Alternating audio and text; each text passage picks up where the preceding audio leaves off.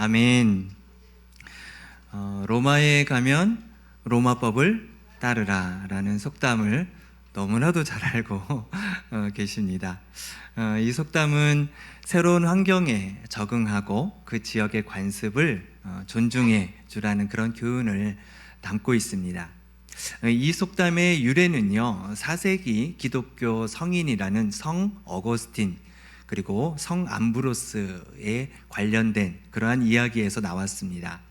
어느 날 어거스틴이 밀라노에서 로마로 여행을 갔습니다.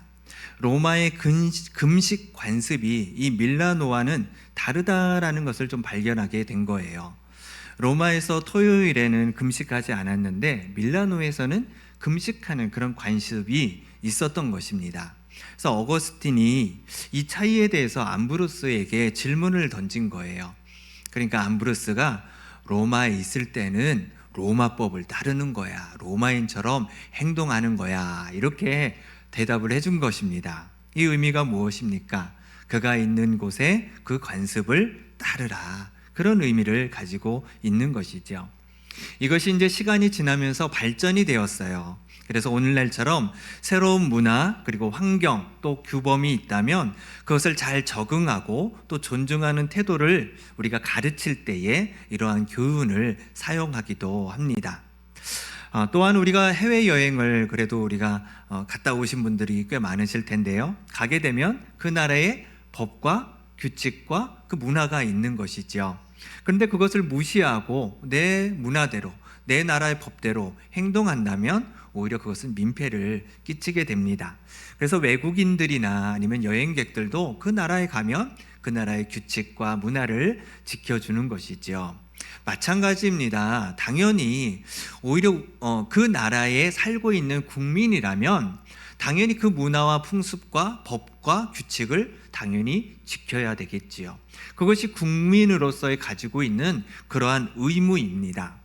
각국의 법과 규칙은 그 사회를 질서를 가지고 또 조화를 이루기 위해서 반드시 필요한 것이 그 나라의 법과 규칙인 것이지요. 따라서 국민이 나라의 법을 준수하는 것은 사회의 안정과 발전을 가져다 줍니다. 법은 사회의 기본적인 규범을 설정해 주기도 하지만 개인의 권리와 자유도 보장해 주고 보호해 주고 있는 것이죠. 법을 지키는 것은 개인의 권리를 존중해 주면서 더 나아가서 사회 전체에 이익을 주기 위해서 법은 필요하고 당연히 지켜야 되는 것입니다. 하나님은 이스라엘을 하나님의 나라로 세우시기 위해서 애굽, 이집트에서 구해 주셨지요. 오늘 본문 41절 말씀이 그러한 내용입니다. 41절 말씀을 같이 한번 읽어보도록 하겠습니다. 자, 시작. 나는 여호와 너희 하나님이라. 나는 너희의 하나님이 되려고 너희를 애굽 땅에서 인도해 내었느니라. 나는 여호와 너희의 하나님이니라. 아멘. 말씀해 보니까요, 너희의 하나님을 계속 반복하고 계시는 것을 보게 됩니다. 무엇인가 친근한 그런 관계 속에서 이런 관계를 맺고 있다라는 것을 말씀해 주고 있는 부분이죠. 너희의 하나님, 이거는 바로 관계를 의미하고 있습니다. 그것은 하나님의 백성 그리고 하나님이라는 언약의 관계를 가지고 있는 것이지요. 그 언약의 관계를 통해서 하나님께서는 이스라엘 백성들을 하나님의 백성이기에 보호하시고 지켜주시고 그들에게 복을 주시는 것입니다.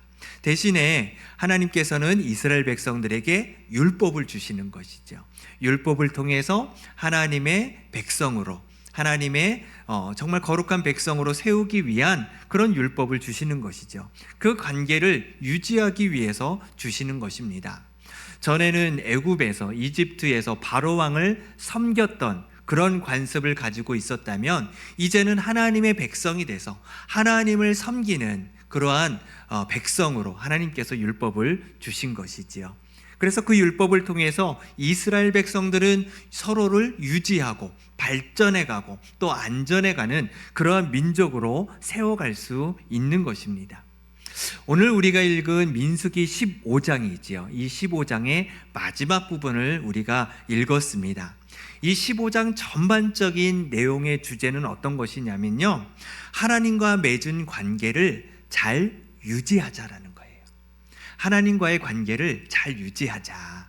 그것이 이 15장이 가지고 있는 주제라는 것입니다. 율법은 굉장히 많습니다. 하나님께서 이스라엘 백성들에게 준 율법의 말씀이요 614개나 됩니다. 굉장히 많죠. 그것을 다 기억하기가 어렵습니다. 그걸 어떻게 다 기억할 수 있겠습니까? 그러니까 이스라엘 백성들 중에는 그것을 잘 모르기도 하고 다 기억할 수 없기 때문에 뭐 그런 가운데의 범죄를 저지를 수도 있겠지요.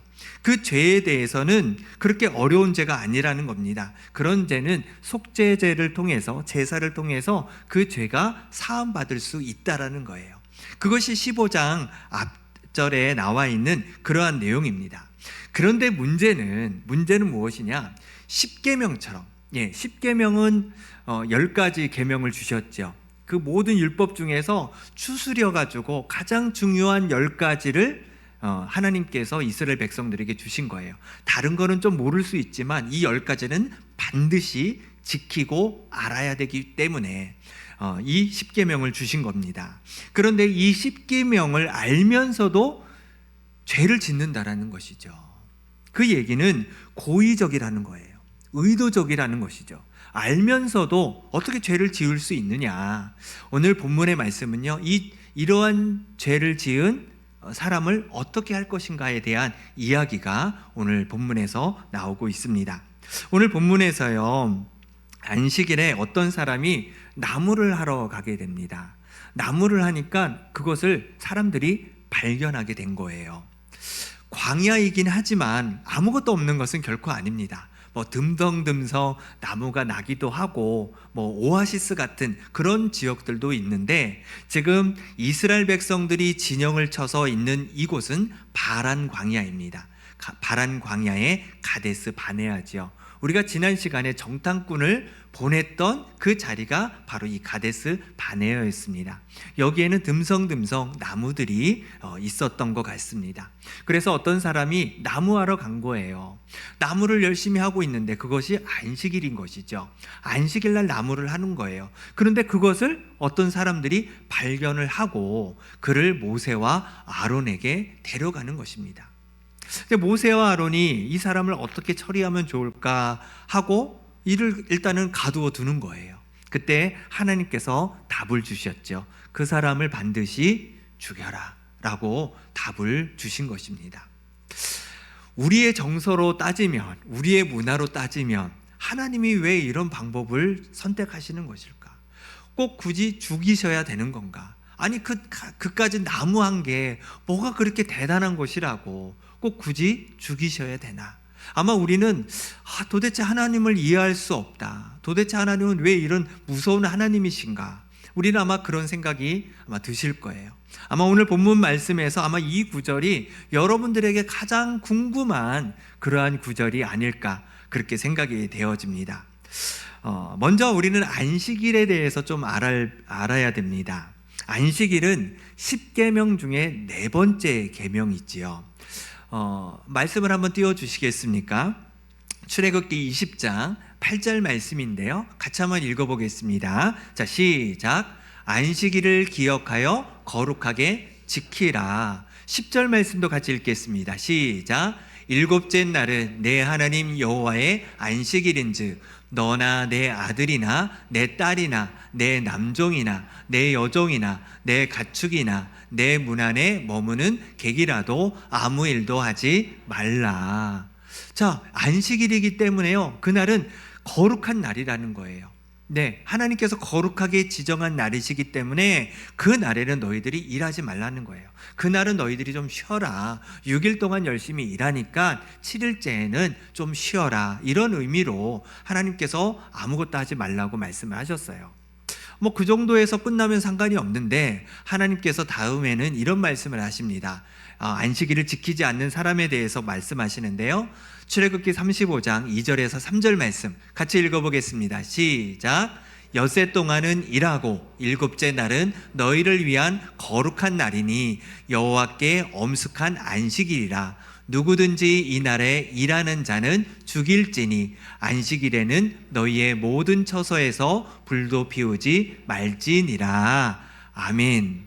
아멘하고 싶지 않지만 말씀이 끝나면 아멘입니다. 네, 거룩한 날이기 때문에 그 거룩한 날 지키지 않으면 일하면 죽일지니라, 이렇게 지금 말씀하고 계시는 거예요. 나무한다라는 것은 일하는 것이죠. 노동이라는 거예요. 그렇기 때문에 이 날은 결국은 그를 죽일 수밖에 없는 그러한 처벌이라는 것입니다. 나무한다라는 말이 무슨 말이냐면요, 히브리어 표현에는요, 불을 피우기 위해서 나무를 모은다라는 뜻을 가지고 있어요. 그러니까 나무를 사용하는 용도가 쓰여져 있는 것이죠. 불을 피우기 위한 목적으로 나무를 수집한다라는 거예요. 그래서 방금 우리가 읽은 마지막 부분에 보시면 너희 모든 처소에 불도 피우지 말지니라. 불을 안 피워도 된다라는 거예요. 불을 안 피워도 되는데 이 사람이 나무를 해가지고 온다는 얘기는 불을 피우겠다라는 얘기죠. 그러면 왜 이 사람이 불을 피우겠습니까? 그것은 요리를 해야 된다라는 겁니다. 요리의 목적이 있는 거예요. 불을 피운다는 것은 이 안식일에 음식을 하겠다는 얘기입니다. 이 말은요, 욕심입니다. 욕심. 왜 욕심이냐? 하나님께서는 이스라엘 백성들에게 무엇을 먹이셨죠? 하늘의 만나를 먹이셨어요. 하나님의 음식인 하늘의 만나를 이스라엘 백성들에게 주었습니다. 이것은 이스라엘 백성들이 광야에서 먹을 수 있도록 하나님께서 베풀어 주신 은혜라는 것이죠. 이것으로 충분하다라는 거예요. 더 이상 욕심을 내지 말라는 거죠. 음식하지 않아도 된다라는 의미를 가지고 있습니다. 그래서 안식일이 될 때에는 하나님께서 이 안식일을 대비해서 이틀치를 주세요. 매일매일 하나님께서 만나를 주시는데 안식일이 겹쳤을 경우에는 이틀치의 음식을 주신 것이죠. 하나님께서는요, 매일매일 신선하게 아침마다 이 만나를 주셨습니다. 그리고 그 만나는 그날 다 먹어야 되는 거예요. 만약 욕심을 가져서 더 많이 가져야지, 내일도 먹어야지, 배고플 때 더 먹어야지 해가지고 가지고 가더라도 다음날 되면 그것은 더 이상 먹을 수가 없게 하셨어요. 그래서 욕심을 낼 필요가 전혀 없는 거예요. 그 다음날 가면 또 하나님께서 충분히 우리가 먹을 수 있도록, 이스라엘 백성들이 먹을 수 있도록 주셨다라는 것이죠. 그런데 주일에만, 안식일에만 하나님께서 바로 이틀치의 음식을 가질 수 있게 하신 거예요. 그래서 그 다음날이 되면은요, 썩지 않아요. 상하지 않아요. 이틀까지 지날 수 있도록 하나님께서 그 만나를 보호해 주시는 거예요. 그래서 그들이 먹을 수 있도록, 안식일에 나가서 일하지 않고 먹을 수 있도록 하나님께서 하나하나 세심하게 다 배려를 해 주신 것이죠. 그것으로 충분하다라는 것입니다. 그런데 불을 피워서 요리한다라는 얘기는요, 욕심을 낸다라는 거예요. 먹는 것에 대한 욕심뿐만이 아니라 이것은 우리 안에 가지고 있는 세상적인 욕심까지도 말씀하고 있는 것이죠. 네, 말씀을 넣어주셔도 되겠습니다. 네, 하나님께서는 안식일이 거룩한 하나님의 날이기 때문에 그 날을 구별해 주셨던 것입니다. 이 얘기는 이 안식일이 십계명에 있음에도 불구하고 이 사람은 고의적으로, 일부러, 알면서도 율법을 어기게 된 것이에요. 하나님이 주신 십계명을 너무 가볍게 여긴 것이죠. 하나님의 말씀을 무시하고 있는 거예요. 모세와 아론이 이런 모든 것을 이제 알게 되니까 하나님 앞에 어떻게 이것을 처벌해야 될지, 어떻게 해야 될지를 이제 하나님께 물어보았을 때 하나님께서 그 처벌의 방법을 다시 알려주신 것입니다. 여기에서 우리가 봐야 될 것이 무엇이냐면요, 하나님께서 죄에 대해서 어떻게 생각하시냐는 거예요. 하나님은요, 죄를 싫어하십니다. 하나님과 죄는요, 상극이에요. 같이 존재할 수가 없는 것이지요. 마찬가지로 하나님의 백성, 하나님의 자녀인 우리도 죄에 대해서 이러한 마음을 가져야 된다는 것입니다. 죄를 싫어하고 죄를 미워하고 우리도 죄에 대해서 어떻게 행동해야 될지를 우리에게 분명히 알려주시는 거예요. 더 나아가서 공동체 안에서 죄를 짓는다는 것은요, 그 한 사람의 죄로 인해서 이 죄가 어떻게 됩니까? 공동체 전체에 퍼지게 된다는 거예요. 그렇기 때문에 가혹한 일 같지만 공동체를 세워가기 위해서는, 이 죄가 더 이상 퍼지지 않기 위해서는 반드시 이것이 필요한 상황이었다라는 것이죠. 그럴 수밖에 없는 그러한 상황에 대해서 바로 이 말씀은 우리에게 그것을 알려주고 있다라는 얘기입니다. 특별히 하나님의 계명을 알고도 고의적으로 어기는 행동은 하나님의 권위를 무시하는 것입니다. 죄라는 것을 알면서도 하나님을 시험해 보는 것, 그것은 어리석은 것이지요. 하나님의 말씀에 안일하게 생각하면 우리는 더 이상 죄를 죄로 여기지 않습니다. 죄의 심각성은요, 사람이 판단해서는 안 되는 겁니다. 사소하게 보인다 하더라도 하나님의 뜻을 인간의 기준으로 판단해서는 안 되는 것이지요. 그래서 우리가 죄에 대해서 하나님의 관점으로, 말씀의 관점으로 죄를 봐야 되지, 인간의 관점으로, 세상의 방법으로 그 죄를 판단해서는 안 된다는 것입니다. 그만큼 죄에 대해 우리는 단호한 태도가 필요합니다. 우리는 죄를 쉽게 생각해서는 안 됩니다. 이 죄가요, 어느 순간에 무뎌지고요, 이 죄가요, 어느 순간에 점점점 확산이 되어져서 다른 죄로 이어지게 되고, 결국 그것은 하나님을 무시하는 행동이 되어진다는 것이죠. 죄를 범한 사람을 징계하는 것, 마음이 아픈 일입니다. 하지만 고의로 지은 죄를 묵인하게 되면 공동체는 중병에 걸릴 수밖에 없는 것이죠. 아픔을 감수하더라도 우리 안의 죄악을 철저히 배격해야 된다는 것입니다. 죄가 더 이상 퍼지지 않도록, 진행되지 않도록 우리는 결단의 믿음이 필요할 줄로 믿습니다. 하나님은 이스라엘 백성에게 주신 이 율법의 말씀이 경히 여기지 않도록 방법을 주세요.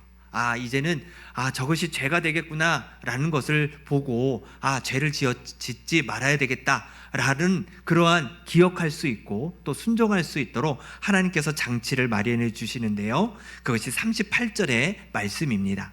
38절 말씀 같이 한번 읽어보도록 하겠습니다. 자, 시작. 이스라엘 자손에게 명령하여 대대로 그들의 옷단 귀에 술을 만들고 청색끈을 그 귀의 술에 더하라. 아멘.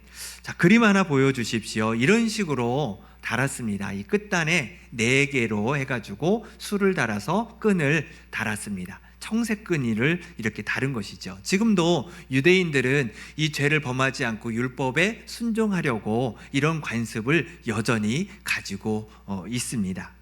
이렇게 하는 이유가 무엇이라고요? 하나님의 모든 계명을 기억하고 그 말씀을 준행하고 순종하기 위해서 이렇게 했다라는 거예요. 그래, 내가 저것을 딱 보았을 때 내가 돌이켜야 되겠다, 내가 다시 죄를 짓지 말아야 되겠다, 순종해야 되겠다. 이것을 사람들마다 거리를 돌아다닐 때마다 사람들이 다 이것을 차고 다니니까 항상 하나님의 말씀을 기억하게 했다라는 것입니다.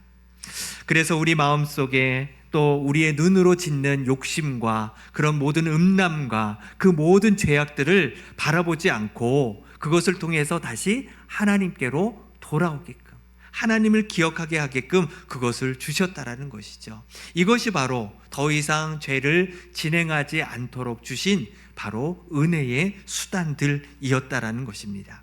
이것을 통해서 하나님은 거룩한 삶을 살아가기를 원하셨다라는 것입니다.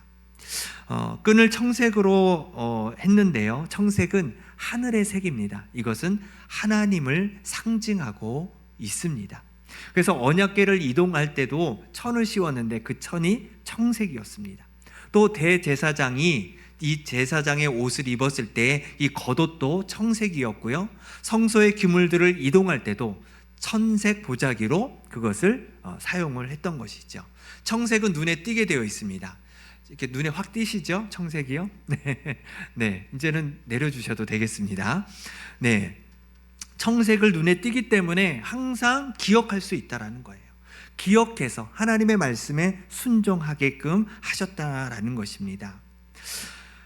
하나님께서는 그 은혜를 기억할 수 있도록, 또 우리가 구별되며 살아갈 수 있도록 하나님께서 그러한 장치를 마련해 주셨다라는 것이죠. 그것을 통해서 하나님은 하나님의 백성이 거룩한 백성으로, 하나님의 말씀에 순종함으로 거룩한 백성으로 살아가기를 원하셨다라는 것입니다. 하나님은 오늘날 우리에게도 하나님의 말씀을 기억하며 살아가기를 하나님은 원하고 계십니다. 그렇다면 하나님께서 오늘날 우리에게 주신, 기억할 수 있는 그러한 것을 주셨는데 그것이 무엇일까요? 그것은 하나님의 말씀인 성경입니다. 성경을 우리에게 주셨어요. 성경을 통해서 우리가 계속적으로 하나님의 말씀을 잊지 않고 기억하며 살아가기를 원하고 계십니다. 여러분에게 있어서 성경은 어떤 역할을 하고 있습니까? 여러분, 그 성경을 읽을 때마다 그 말씀을 기억하고, 내가 하나님의 자녀이기에 하나님의 말씀대로 살아야 되겠다라는 그러한 역할을 하나님의 말씀인 성경이 지금 해주고 있습니까? 아니면 책이야, 책은 읽을 수도 있고 안 읽어도 괜찮아, 책이니까, 그렇게 오히려 그냥 간직만 하고 계십니까? 성경은 성경책이라는 모양이 중요한 것이 아니죠. 그것이 거룩한 것이 아닙니다.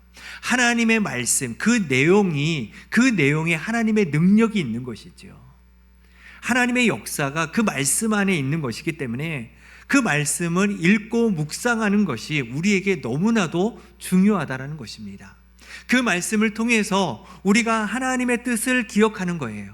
하나님의 말씀을 기억하고 그 말씀대로 우리가 믿음으로 우리의 일상에서, 세상에서 살아가는 것이지요. 그것을 위해서 우리에게 말씀을 주셨습니다. 성경책을 가지고 다닌다고 해서, 성경책이 내 집에 있다고 해서 그것이 나를 그리스도인으로 만들어주는 것이 아니라 하나님의 말씀을 읽고 묵상하고 그 말씀을 순종하며 살아가는 사람이 바로 그리스도인 줄로 믿습니다. 그래서 성경의 말씀을 우리에게 주신 거예요. 그래서 우리는 매일매일 성경을 읽어야 돼요. 성경을 들어야 됩니다. 성경을 배워야 됩니다. 그래서 하나님의 말씀을 기억하며 살아가야 되는 것이지요. 여러분, 이러한 거룩한 습관을 우리는 매일매일 만들어 가야 됩니다.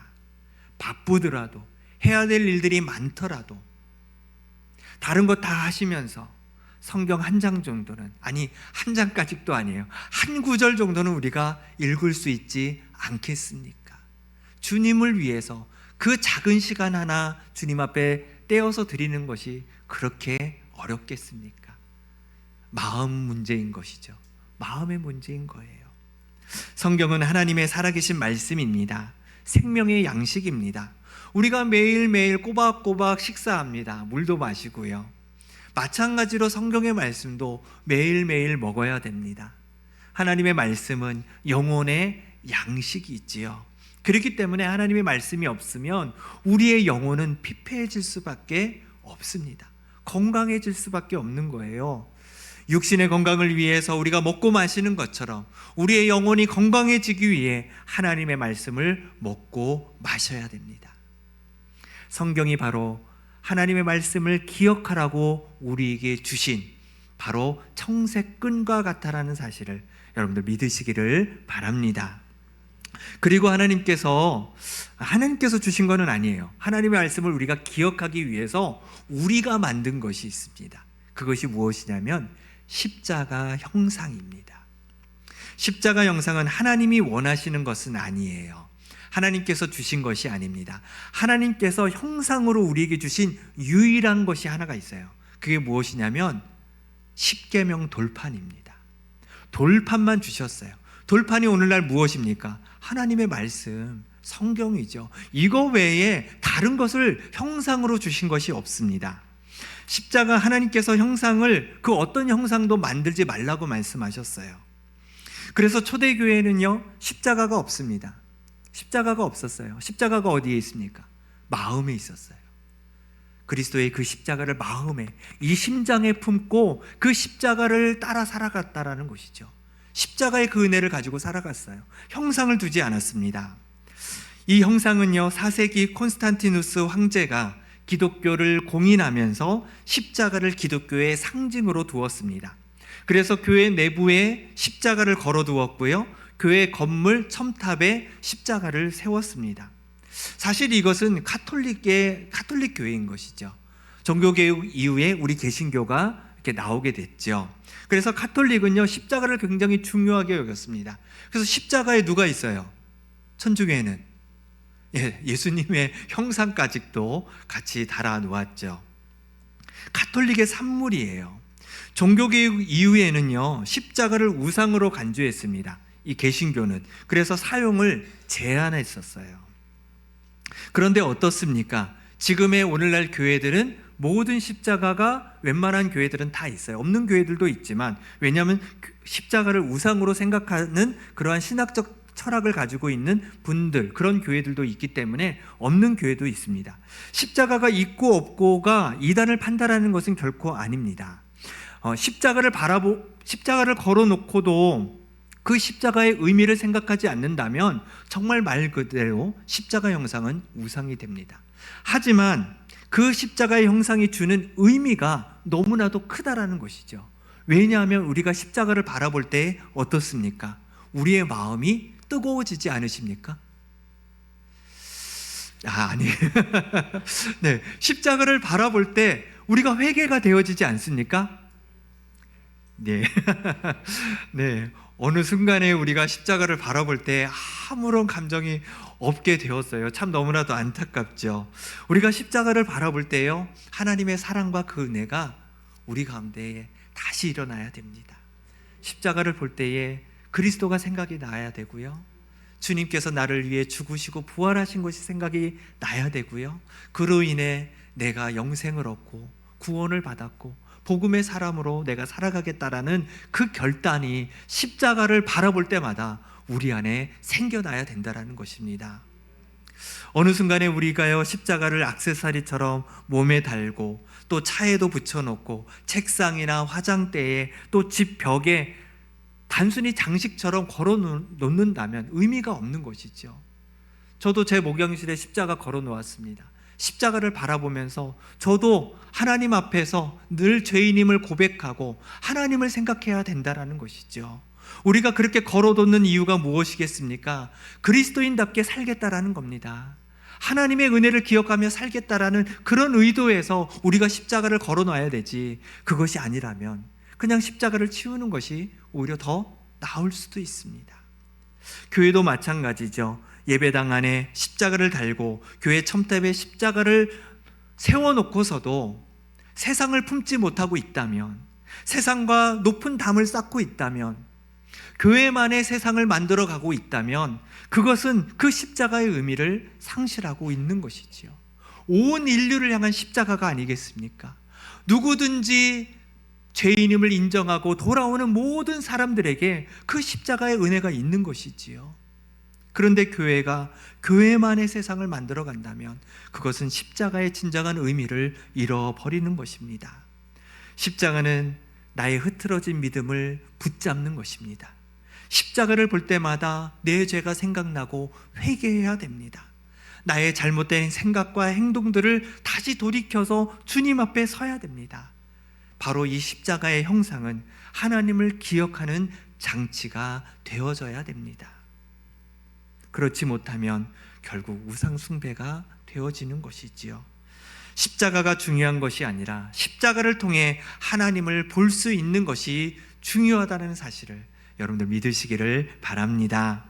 하나님은 우리가 이 세상에서 하나님의 말씀에 따라 순종하며 살아가기를 원하고 계십니다. 그리고 죄를 기억해서 죄를 멀리하고 하나님의 말씀을 가까이 하기를 하나님은 원하고 계세요. 성경의 말씀, 또 어쩌면 십자가, 그 외에도 아마 여러분들에게 그 은혜를 기억하기 위한, 그 하나님의 사랑을 기억하기 위한 여러분들만의 은혜의 수단들이 있을 것입니다. 그 수단들을 잘 사용하십시오.